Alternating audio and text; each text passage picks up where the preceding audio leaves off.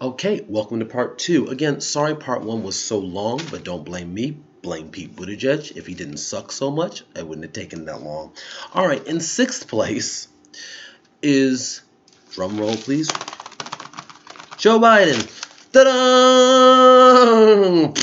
Okay, now let's go into why. Now, I actually had a difficult time when I was first thinking about this, figuring out who I would put sixth and seventh between Joe Biden and Pete Buttigieg. Now that I've done it, I can't believe I was ever in question. However, to me, the issue that I was having was Joe Biden had a higher ceiling in this debate, meaning I think the good moments were better than Pete Buttigieg, but I also think he had, and I also think he had a higher basement as well, meaning the low moments, the worst moments weren't as bad as Pete Buttigieg. I mean, when you can't even answer a question on race, that like that when you're already polling the way you are at the black community, just terrible. So I felt like that kind of put Joe Biden a little bit ahead, but then I feel like even though his basement was higher, Joe Biden spent probably more time in his basement than Pete Buttigieg did. It was just like the whole night was just. Anyway, it wasn't anything specific for Joe Biden that has him in six. It was more just his overall tone and demeanor and the way of speaking. At one point he said, "No, let me say this again, just so nobody gets confused." Joe Biden, the only way that no one's going to get confused is if you stop talking. Anyway, so it's just throughout the whole debate he looked sleepy. He looked out of it. He had this look on his face like this, like the stereotypical old grandpa. Like he was trying to do like like he was trying to parody an old grandpa. Like he literally looked at the monitors like that. What? What did you say? Son, did you say something to me? I mean, it was just like, what in the world is he doing? And then he was like, no, I said, no, like he seemed angrier than usual and like really like not there for it today. Like, I don't know. It was just was not a good look. And as usual, he sounded, when he was talking, like he had 50 marbles in his mouth, tripping over his sentences, dropping every fifth word. Anyway, all right, let's get to just a disaster. Let's get to the positive sides.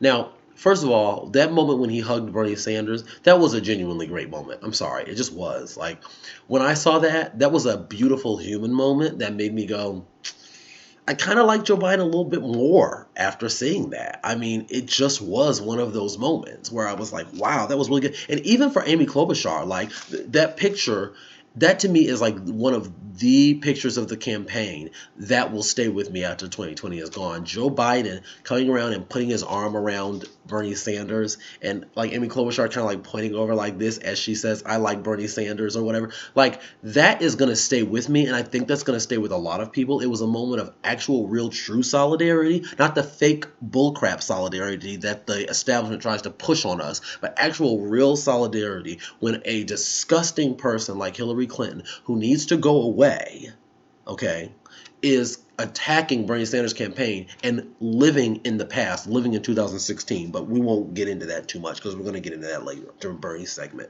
So anyway, that was beautiful. There was a human moment, and I liked it. Now notice, even this particular centrist has a human moment.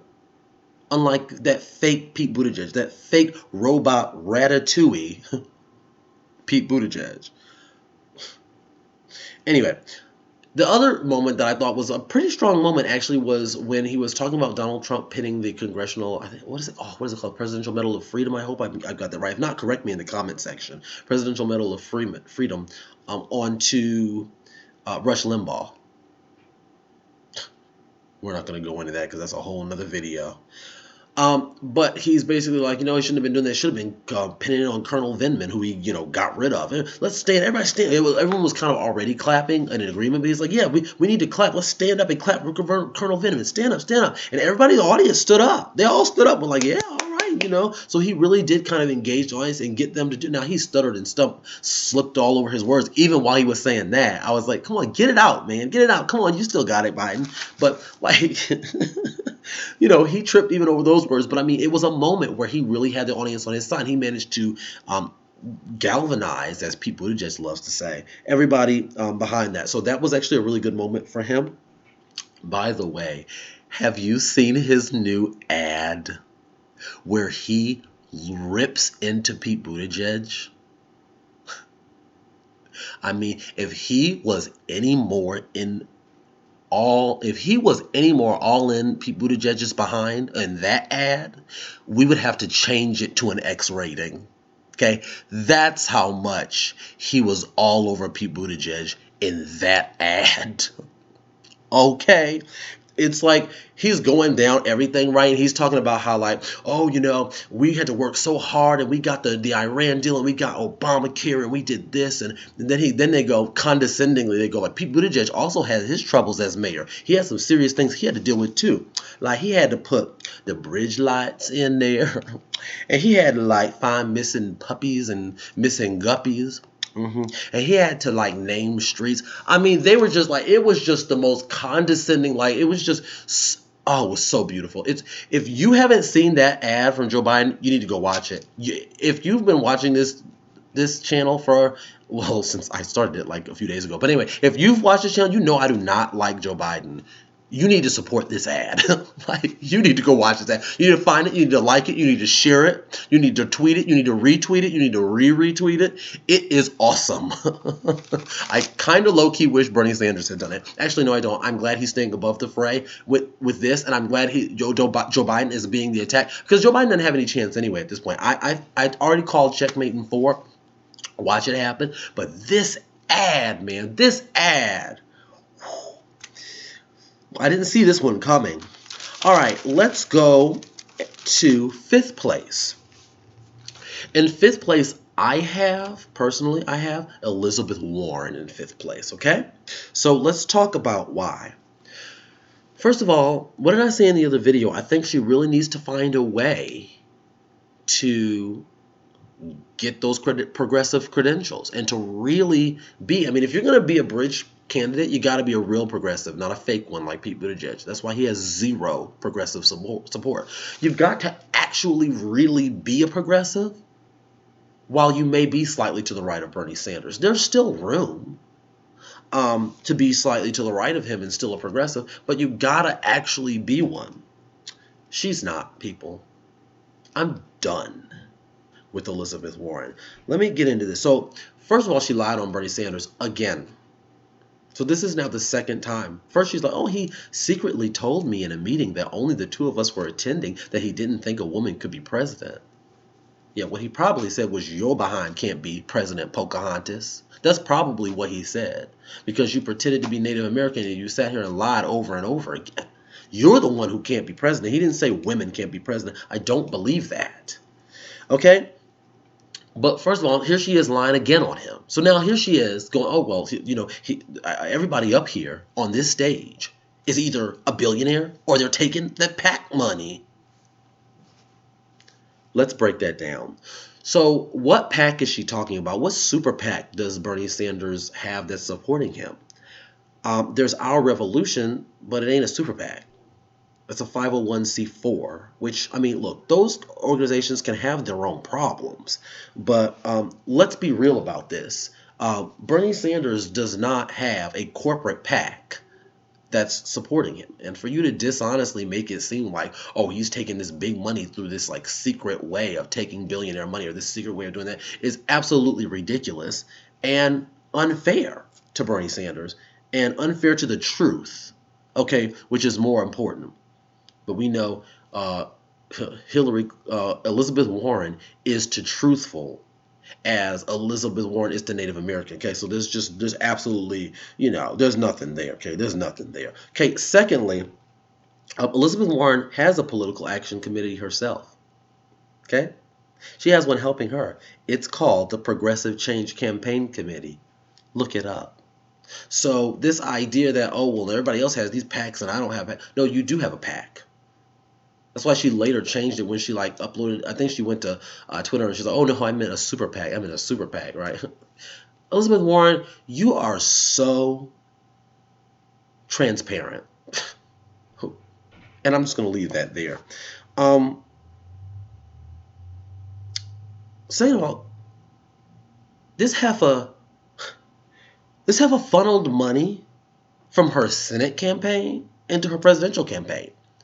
So the idea that, oh, well, I mean, all these people getting their billionaire money, you don't think she had some billionaire money in her Senate campaign? You don't think she had some billionaire money or some PAC money or some dark money, group money, or rich people's money in her Senate campaign?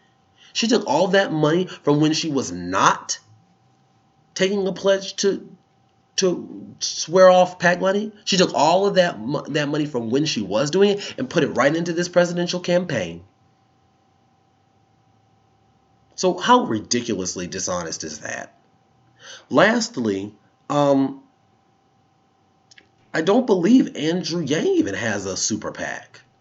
I could be wrong. If he is, someone correct me.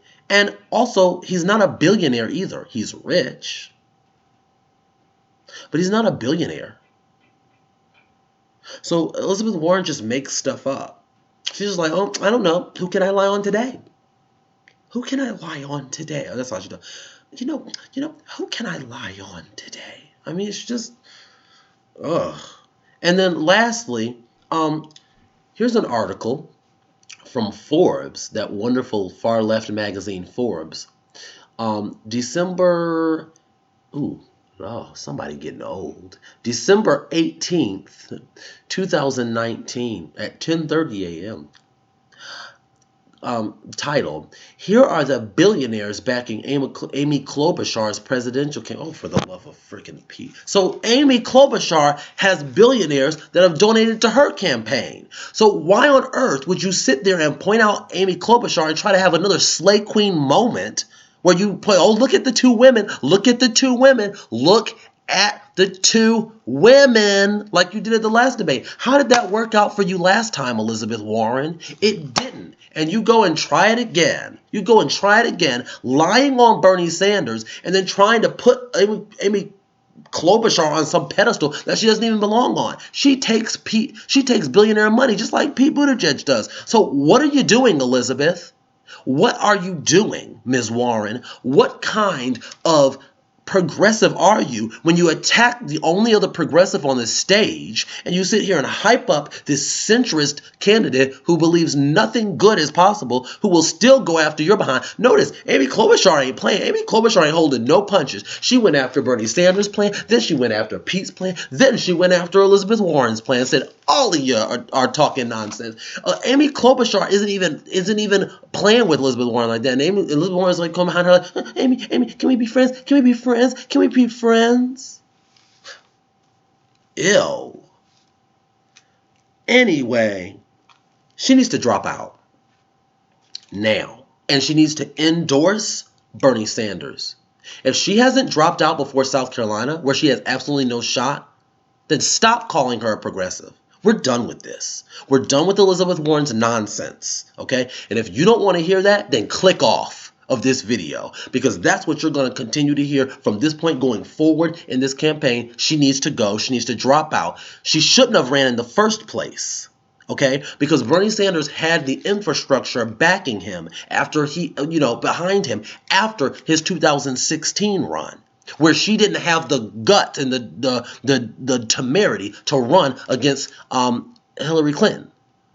She didn't have what it took to run against she didn't want to deal with it. So then it fell to Bernie Sanders, who was not in as good a position to run. Then he goes and builds up all of this, and then she comes and runs. Can you not see that she's running as a spoiler candidate at this point? Can you not see it? Wake up, take the blindfold off. You're not in that stupid Netflix movie that sucked. You're in the 2020 presidential primary, which also sucks. I mean, what is wrong with Elizabeth Warren? My gosh. Let's go to Andrew Yang. And this will be the last one in this part, and then I'll go to part 3, because this, again, is long. So, Andrew Yang finished 4th, in my opinion. Now, a lot of people felt Andrew Yang did bad. I didn't actually think he was all that bad. I mean, I just think that he didn't interject in as much as he probably should have and get himself really involved and get in there as much as he really should have. And so one of the things that I noticed was he called Trump a symptom of the disease.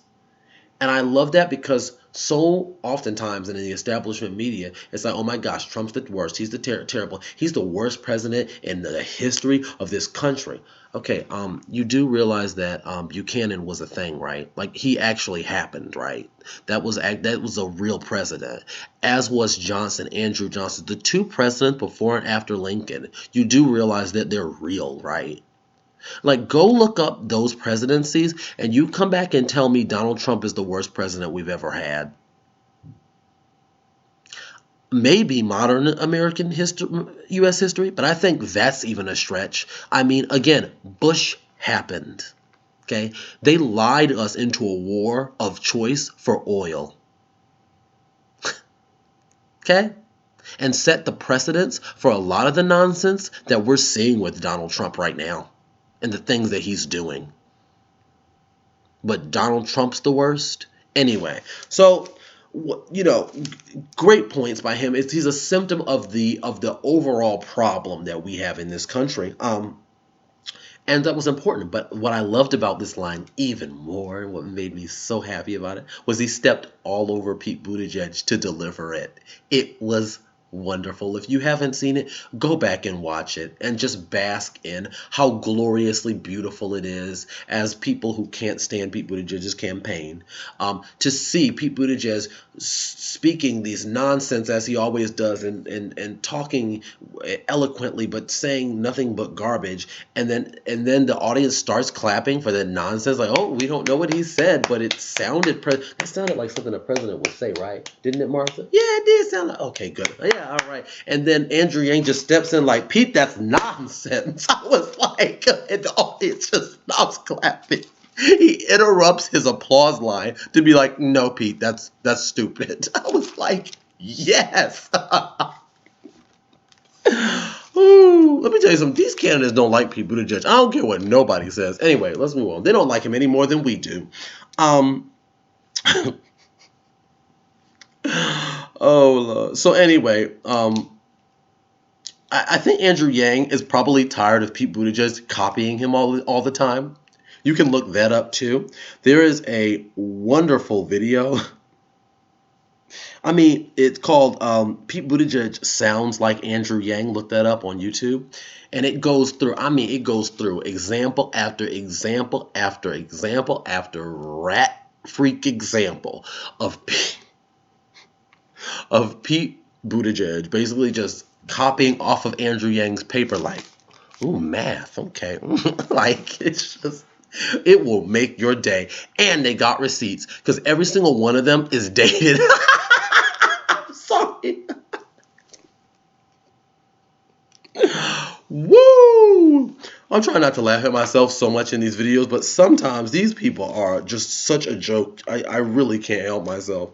Like, I mean, he's even talking about like universal basic income. I mean, he's talking about all the type of stuff that Yang talks about. So just look it up because it is just awesome. Okay, so I'll be back with part 3, and I hope to see you in that next part. We're about to go into Amy Klobuchar and some others. So see you in that part.